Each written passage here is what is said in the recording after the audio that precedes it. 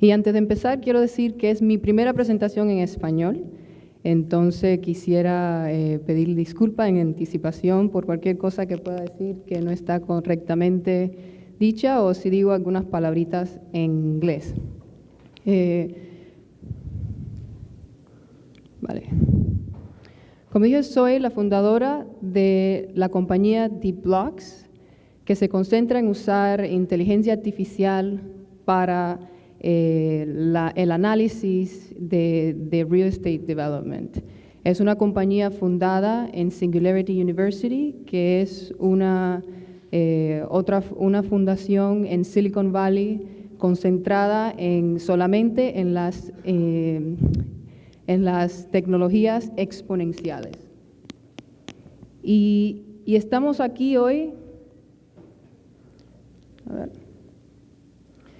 Y estamos aquí hoy porque las tecnologías exponenciales han cambiado el mundo completamente y queremos ver cómo esas tecnologías van a cambiar bienes raíces o real estate development.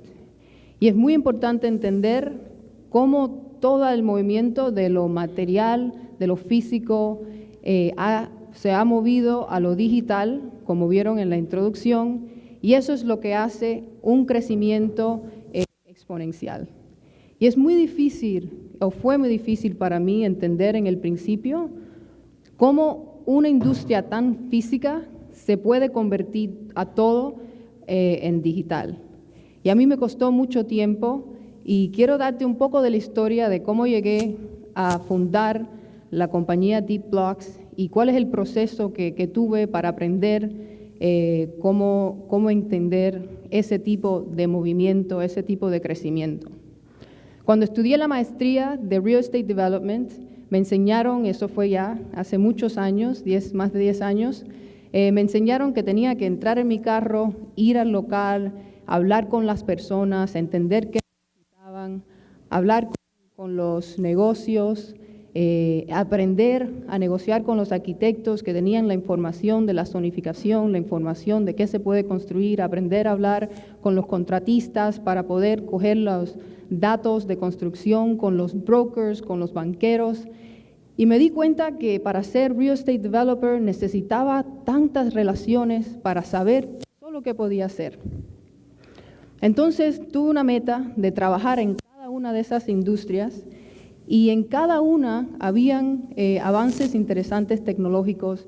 Cuando trabajé para los brokers vi que había unos mapas muy interesantes que daban mucha información. Los arquitectos tenían unas maquetas que la diseñabas en 3D y automáticamente hacía todos los planos y secciones, que eso es una cosa que yo odiaba. Y también trabajando para los developers, me tuve más sofisticación en los diseños de proyecciones financieras, y también trabajé para constructores en la construcción, y estaba estudiando, aunque todavía no se había aplicado mucho, los robots, como habían dicho en la última presentación, cómo los robots pueden empezar a automatizar el proceso de construcción, y también, obvio, los 3D printers que ahora pueden printear un edificio entero. Pero dije, ¿cómo todas las industrias están teniendo avances? Y yo como real estate developer todavía necesito todas estas relaciones, todavía estoy completamente atada y no soy autónoma. Entonces me fui a estudiar con el Departamento de Defensa, con DARPA, que fueron los que inventaron el Internet, y después me fui a estudiar con Singularity University para ver cómo este futuro se estaba formando y cómo yo podía aplicar estas tecnologías a real estate development y cómo estas tecnologías funcionaban. Y quiero darte dos ejemplos muy importantes una es la idea exponencial y otra es la idea digital. Y la idea exponencial es una cosa súper difícil, por lo menos para mí, de entender. El ser humano piensa en una manera lineal. Y es muy difícil, entonces, pronosticar cómo estas compañías están creciendo, cómo estas tecnologías están creciendo. Y hay un punto muy importante que es cuando todavía la línea exponencial está debajo de la línea lineal, que se llama en la fase de disilución. Y en esa fase están muchísimas tecnologías hoy en día. Y después podemos hablar más personal en cuáles son estas tecnologías. Pero cuando esa línea pasa a la línea lineal, cuando la exponencial pasa, no hay manera de controlarla y ya es demasiado tarde. Un ejemplo muy importante para de verdad ver qué difícil es pronosticar estas cosas es un ejemplo que usa Pascal Finet, que es mentor mío y fue director de Singularity University, que es comparar la distancia de 30 pasos lineares contra la distancia de 30 pasos exponenciales. Y para un humano es muy fácil decir, bueno, si un paso es un pie, 30 pasos son una distancia de 30 pies. Y si un paso, yo soy mucho más grande, si un paso son 3 pies, bueno, entonces son 90 pies. Pero exponencial se hace mucho más difícil. Cada paso se duplica en 2. Eso es 1, 2, 4, 8, 16 y necesito una calculadora, ¿no? En realidad, cuando a mí me preguntó Pascal, yo dije, porque es muy fácil un humano decir, son 1000. Y como me miró, me di cuenta que era demasiado poco. Y dije, bueno, de aquí a la luna. Y me dijo, bueno, ¿cuánto es de aquí a la luna? Y yo no tenía idea. Y entonces, cuando me di cuenta que 30 pasos exponenciales son más de 1 billón de pies de distancia, son 8 veces alrededor del mundo, yo no lo podía concebir. Y un ejemplo muy importante en el mercado, y hay millones, pero este es uno de los que me gustan más, es el ejemplo del teléfono celular. El teléfono celular sale en el 1973 y lleva 30 años en ese espacio de desilusión. Entre el 2000 y el 2010 empieza un crecimiento exponencial y los grandes monstruos en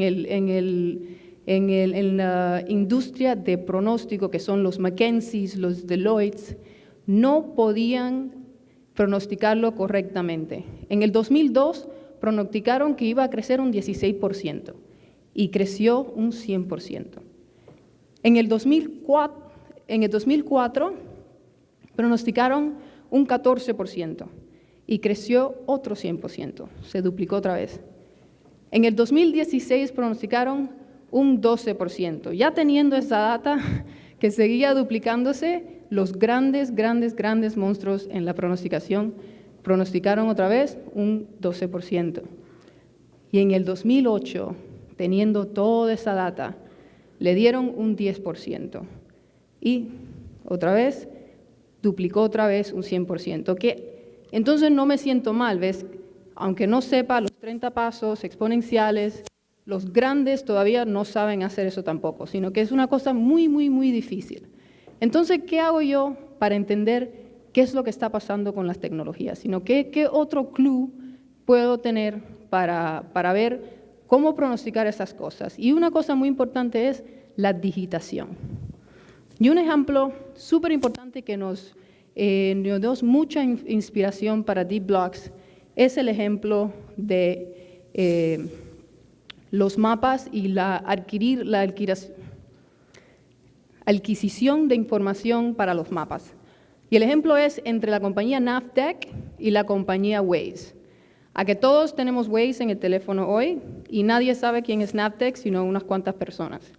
Navteq fue una compañía europea que hizo infraestructura física y llegó a hacer 30 ciudades de Europa colectando la data vehicular, que fue un interés muy grande creciendo los teléfonos smarts. Fue tan grande que Nokia los compró por $8 billones. Waze, una compañía súper chiquita saliendo de Israel, usó el GPS ya incluido en los teléfonos que estaban creciendo exponencialmente y empezó a mapear el movimiento vehicular con esa tecnología digital. Como saben, Nokia, ya nadie habla de Nokia, sino Nokia se llegó a vender al mismo precio que compró a Navteq, y Waze en 4 años ya tenía 10 veces la cantidad de data y la cantidad de puntos que había tenido Navteq. ¿Por qué? Porque tenía un sistema digital. Y a Waze, bueno, lo compró Google y todo el mundo sabe cómo bien le va a Google, y ahora Google es uno de los teléfonos más queridos en el mercado. Pero bueno, ahora dice, bueno, Olivia, ¿cuándo vas a hablar de bienes raíces? De Real Estate Development. Nosotros estando en Singularity University aprendiendo cómo entender estas tecnologías, que es súper importante, empezamos a ver, bueno, ¿cómo lo aplicamos a Real Estate Development? ¿Cómo yo, como Real Estate Developer, me puedo hacer autónoma? ¿Cómo puedo tener una tecnología que me ayuda a no necesitar a todas estas personas hasta que lo necesite de verdad, sino que no a necesitar para hacer decisiones? Y empezamos a ver en ese punto cómo estaba el mercado. Y voy a hacer la historia del punto de vista del mercado de hoy, porque es más interesante. Hemos tenido un mercado muy saturado, sobresaturado en el sur de la Florida de condominios de lujo. Ahora tenemos un inventario de condominios de lujo de más de 5 años. Y el inventario en algunas ciudades como Sunny Isles tiene un inventario de 17 años para los condominios de lujo que son más de $5 millones. Un inventario saludable, un mercado saludable tiene un inventario de 6 meses. Entonces, la cantidad de condos que tenemos es simplemente demasiada. Y hoy, en este día, en este año, es la primera vez que vemos a los precios de condominio bajar desde la gran recesión. Y han bajado un 3%.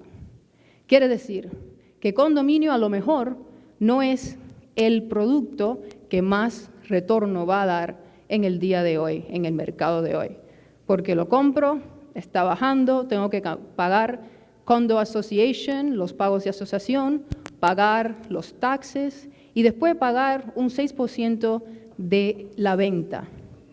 Quiere decir que estoy perdiendo dinero. Entonces, en ese punto decimos, bueno, ¿qué miramos? ¿Qué miramos? ¿Qué hacemos? Y es muy interesante lo que está pasando y la relación entre los puntos, la data de los interest rates, los 10-year bonds y la tasa de capitalización de los productos de renta, que son oficina, productos comerciales, apartamentos.